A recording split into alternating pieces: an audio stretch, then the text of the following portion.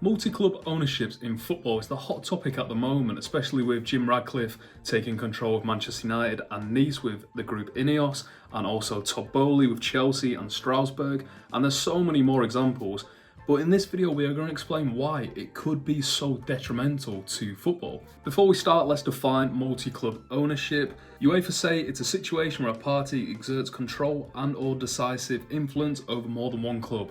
And that's so prevalent nowadays, especially with the top teams. Let's take Todd Boehly, for example. Him and Blueco, the holding company, own 100% of both Chelsea and League One team at Strasbourg. And we can all see firsthand in the Premier League, it's not going too well for them. You know, he's a very capitalist mindset. He's buying so many young players and they're trying to push Chelsea into the best possible, probably resaleability to another owner in the future. So with that, we're seeing a very young age of this Chelsea team. You know, I think it's about 22, 23 average age, even with someone like Thiago Silva in the squad. And we can criticise that all we want in the Premier League. Chelsea are probably going to do better and better each season because they've got great players at the end of the day. They're not doing great this season, but you know, it's going to improve. But if we're looking at Strasbourg, they actually have an even younger age now, in about 22.8 in their squad. And from all accounts, the fans are in uproar against Blueco with this because it's turned them into essentially a feeder team to Chelsea. And this is the first issue with multi-club ownership.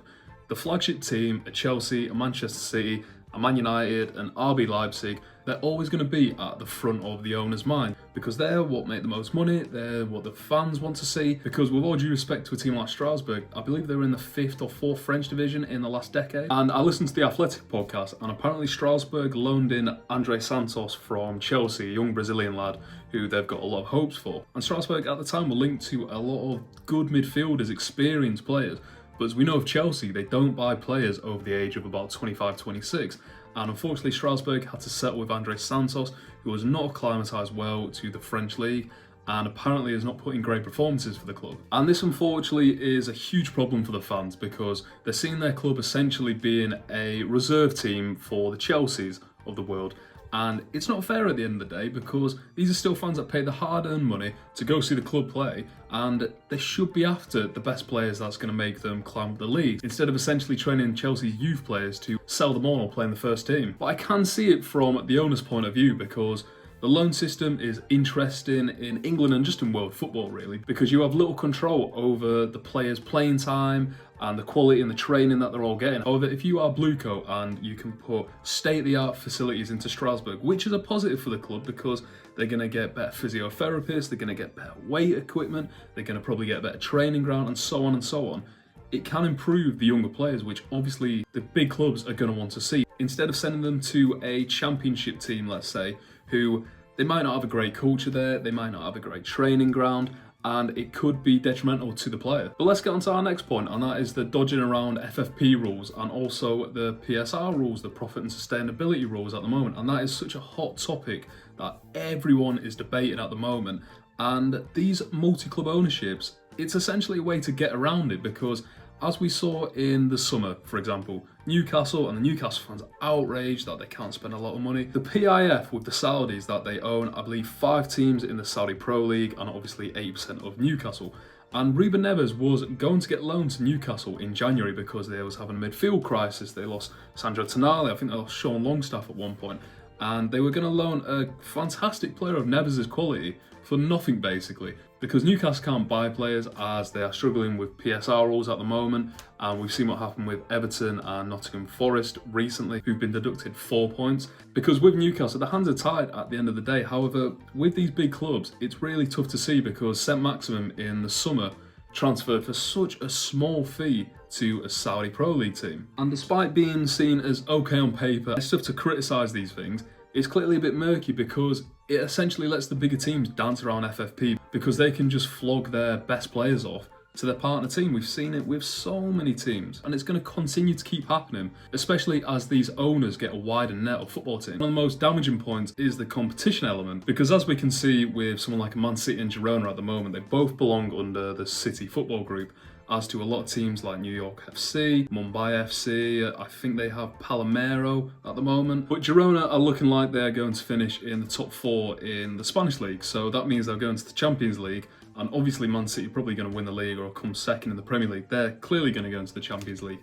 And that is an unprecedented thing that we have not seen yet, because until very, very recently actually, UEFA stated that two teams owned with a majority shareholder can't play against each other in a UEFA competition. That has actually been changed as time of recording, actually about 2 hours ago, that UEFA have quietly made it so two teams owned by the same majority shareholder can be in different UEFA competitions, but they can't be in the same one. They can be in the Champions League and then the UEFA Conference League or the Europa League. And I think today that is such an important moment in European competitions, because that is the start of them essentially having the same team in the same competition.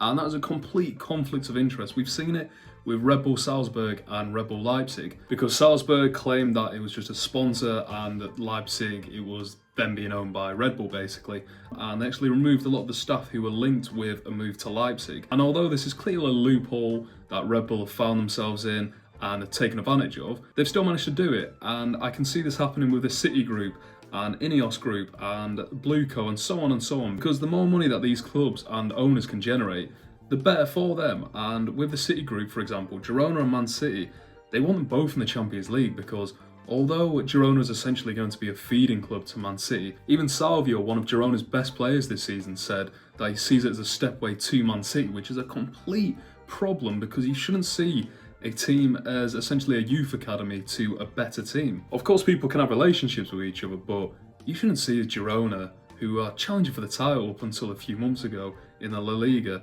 as basically a move to the Man Cities of the world. But I do think this UEFA rule that has been recently changed is just a pathway to them opening it up to more teams playing against each other in that competition, because Jim Radcliffe is going to go, why do Red Bull get to play their teams against each other? Because he's going to go, if Nice get into the Champions League and so do Manchester United, they should be able to play in the same competition. But I think fans are wising up to it nowadays, because it used to be Man City would buy Aaron Moy off Melbourne FC, and it would just be a tiny little move. They'd bring Jack Harrison over from New York and no one would think anything of it. However, nowadays that Chelsea's, so many teams do it. Look at Liverpool, they own some of Toulouse, and so many of these owners are continuously doing it nowadays, because it just becomes a cash cow for them and essentially becomes a pathway for their best team to get the best players from the other clubs. I think one of the best examples are Crystal Palace and Lyon, two very historic clubs, maybe Lyon a slightly bit more, but they're both challenging their owner, John Textor, who's from America, and they are trying to say, well, we don't want to be the feeder team for either one. Although Lyon have a bigger history than Crystal Palace, they still want to both challenge in their respective leagues, and that's completely understandable. We've seen fan protest and banners in the crowd from both teams, and essentially the biggest thing that this is going to cause is losing identity for clubs, because if Crystal Palace just become a feeder team for Lyon, then it's going to ruin their academy and everything, because Crystal Palace pride themselves on having one of the best academies in England. Wilfred Zaha, Nathaniel Klein, Victor Moses, so many players have come out of that club, and it'd be such a shame to just see them get flogged off to Lyon to make the French club better. But let's look at the City Group with the branding of their teams that made them the exact same. They all have the same badge as Man City. Girona has changed theirs, New York City, Montevideo in Uruguay. And unfortunately, I think it just takes the passion and the soul out of these football teams, because they just become so commercial and they just become a cash cow for these larger clubs. But it's just a shame, because in 1998, where Athens,